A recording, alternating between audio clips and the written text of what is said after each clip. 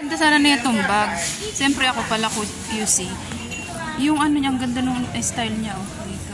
Kaso lang, yung zipper niya is bal, no? O, diba?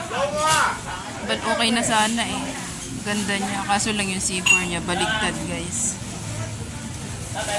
Nagpasira. Kaya siguro benta to ng mura.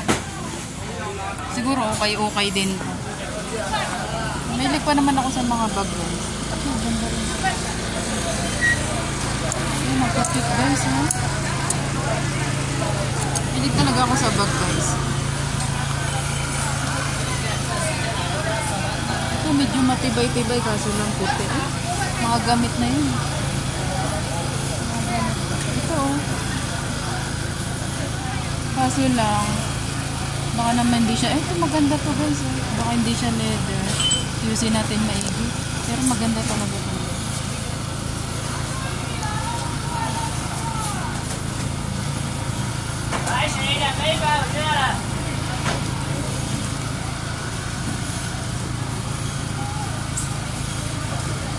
Ganda siya guys.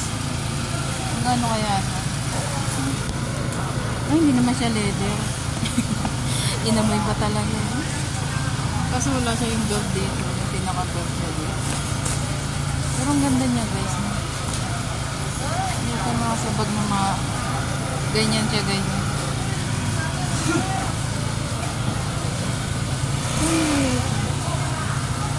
Baka kasi madaling masira yung pinaka-ano. Yung pinaka... Parang ang ganda siya. Ito yung parang putok-putok yun dito. Dala na ako yun dito. May ganito kasi ako kasi lang. Putok-putok yung pinaka-ano. Yung dito oh. Pero bet ko to. Black guys. Ang ganda. Ganda niya. Baka meron siya ngayon. Check muna natin itong bag na to. Ay, ang ganda. Bakit nga lang. Ano kaya ayoko naman bitawan din. Ito yung natin zipper. Baka mamaya sira. Pero maganda. Baka kasi sira na.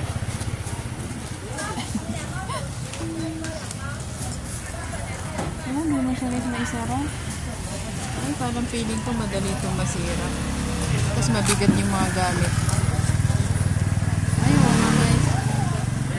Hindi maganda siya guys. Hindi siya maganda. Hindi siya bibili. Kasi hindi, yung quality niya dito, di ba mabigat yung mga gamit. Tahi lang siya, single lang. So, yun. Dami pa na. Okay bag guys. Ito talaga ang ganda. Kaso lang, baligtad yung zipper niya. Pero napaganda niya. Tsaka ito guys, mabigat ako mag-bag kaya hindi ito pwede sa akin. Pero sayang. Ang bag. Guys, 40. 40 daw siya guys yung bag. Pwede na. Pwede na guys. Check natin. 40.